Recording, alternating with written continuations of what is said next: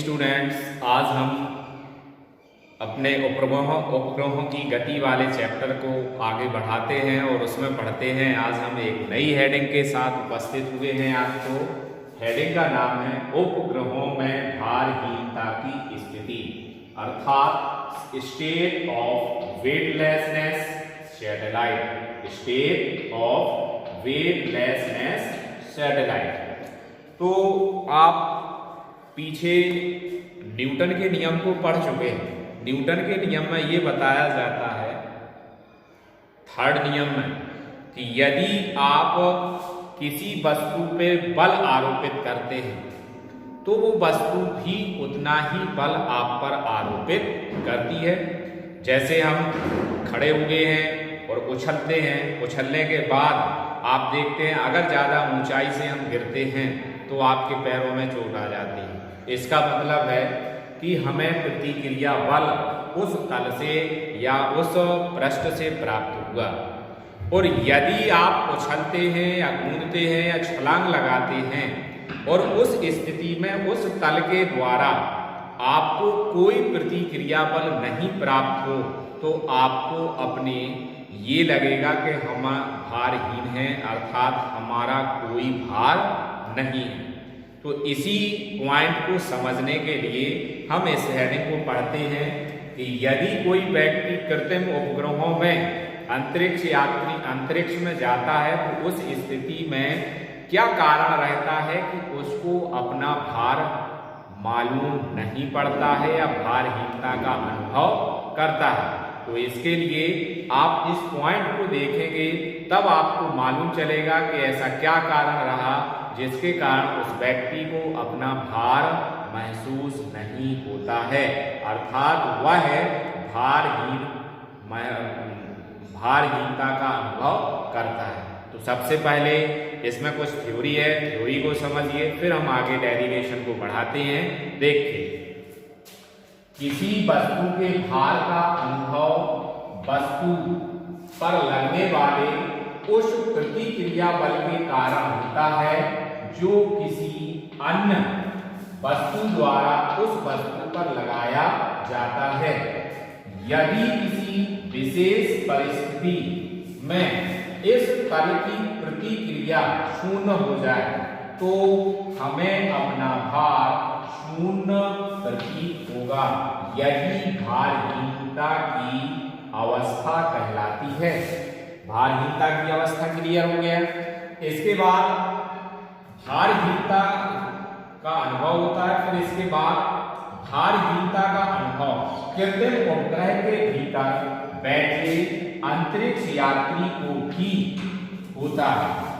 अब इसमें हम डेरिवेशन करेंगे, तो डेरिवेशन के बारे में आपका जो लाइन है उसको देखते हैं।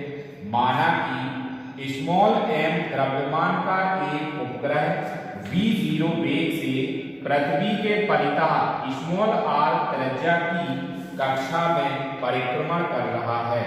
इसके लिए आवश्यक अभिकेंद्र बल गुरुत्वीय बल से प्राप्त होता है। तो आप लोग ये दोनों पॉइंट पढ़ चुके हैं, अभिकेंद्र बल और गुरुत्वीय बल।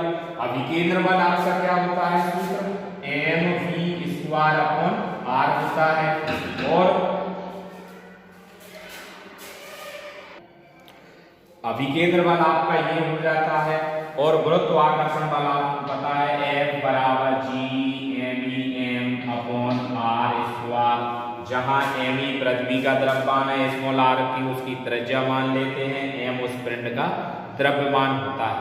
तो इसी को हमें आगे लिखना है कि परिक्रमण कर रहा है तो यह आवश्यक है उसको अभिकेंद्र बल मिलता है, गुरुत्वाकर्षण बल के कारण मिलता है। गुरुत्वाकर्षण बल और अभिकेंद्र बल के जब उसके कारण इसको मिल रहा है तो दोनों आपस में कैसे होंगे, बराबर होंगे। तो यहाँ क्या लिख देंगे आप, F = g(m)m/r²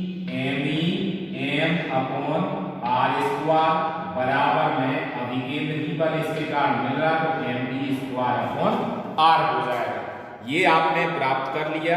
यहाँ आपको ये ध्यान रखना है, ये स्मॉल m से स्मॉल m वैल्यू हम कट कर देंगे, बाकी जो का तो लिखेंगे, क्या लिखेंगे, g(m)e/r²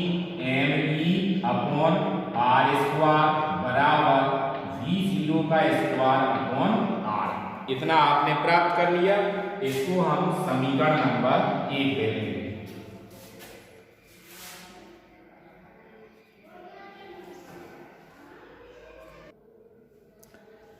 यहां तक आप पहुंच चुके हैं। समीकरण नंबर इसको 1 लिखा गया। इसके बाद आगे आप बढ़ेंगे। यदि उपग्रह में स्मॉल m डैश द्रव्यमान का अंतरिक्ष यात्री बैठा है, तब उस पर 2 बल कार्य करेंगे। एक बल कौन सा हो जाएगा? गुरुत्वीय बल।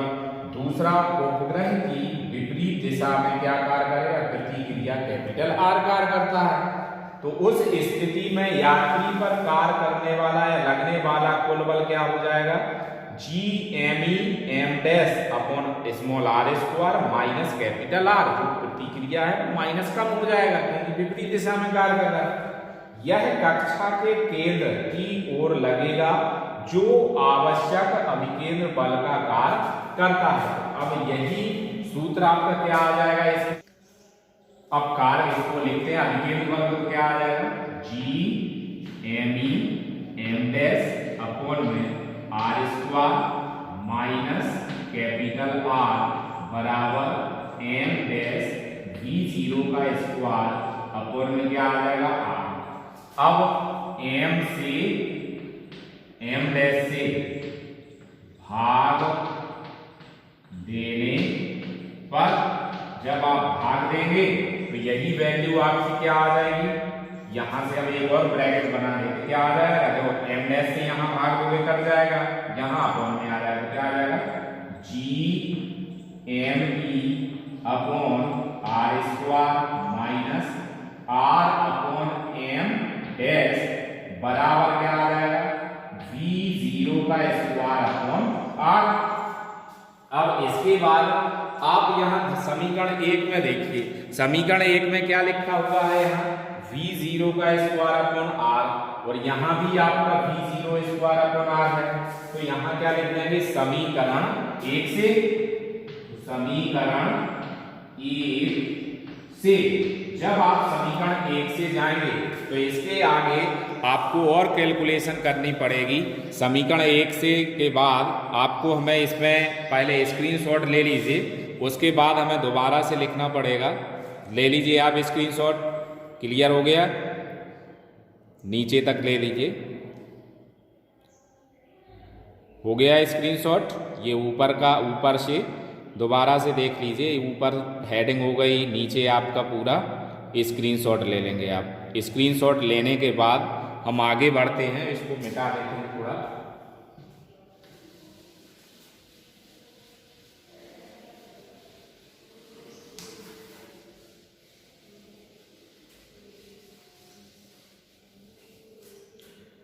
समीकरण 1 से आपने देखा कि उसमें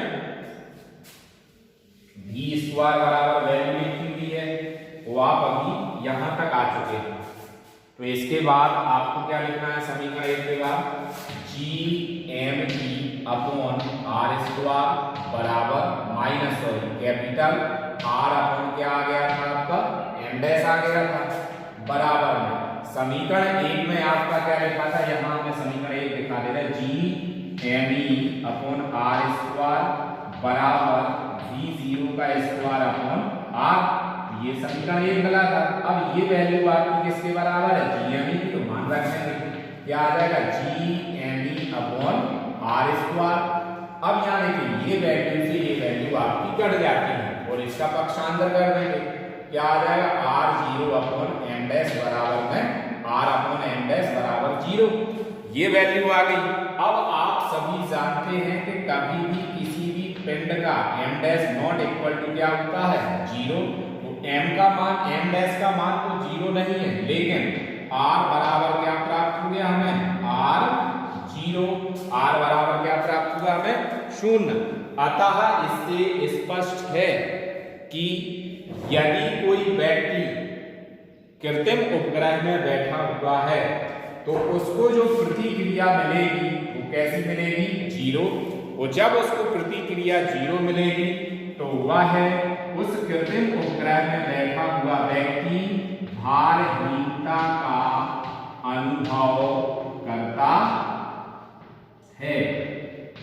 आपको ध्यान रखना है कि R बराबर 0 प्राप्त हुआ। इससे ये सिद्ध हो जाता है कि जब उस पर प्रतिक्रिया बल कार्य नहीं करेगा तो उसको अपना जो भार है वो बल उस पर कार्य करता है वो शून्य, उसको अपना भार शून्य प्राप्त होता है।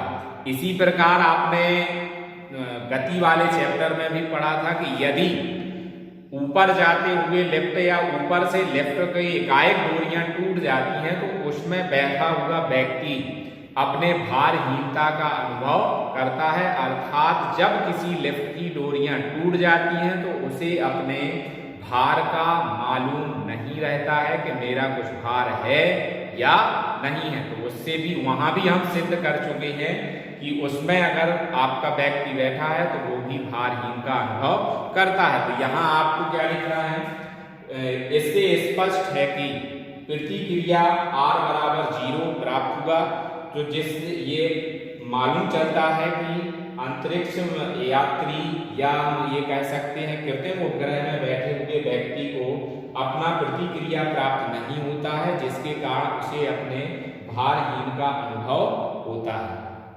आपका वीडियो आज ज़्यादा लंबा हो जाएगा, इसलिए आज हम यहीं तक आपको ये डेरिवेशन क्लियर करके छोड़ते हैं और अगला वीडियो हमारा फिर आएगा तो उसको जरूर देखिए और इसका आप एक बार पुनः इतना पार्ट का स्क्रीनशॉट ले लीजिए, उसको कॉपी में नोट कर लीजिए। आज के लिए इतना ही। थैंक यू, धन्यवाद और वीडियो को लाइक शेयर जरूर करें।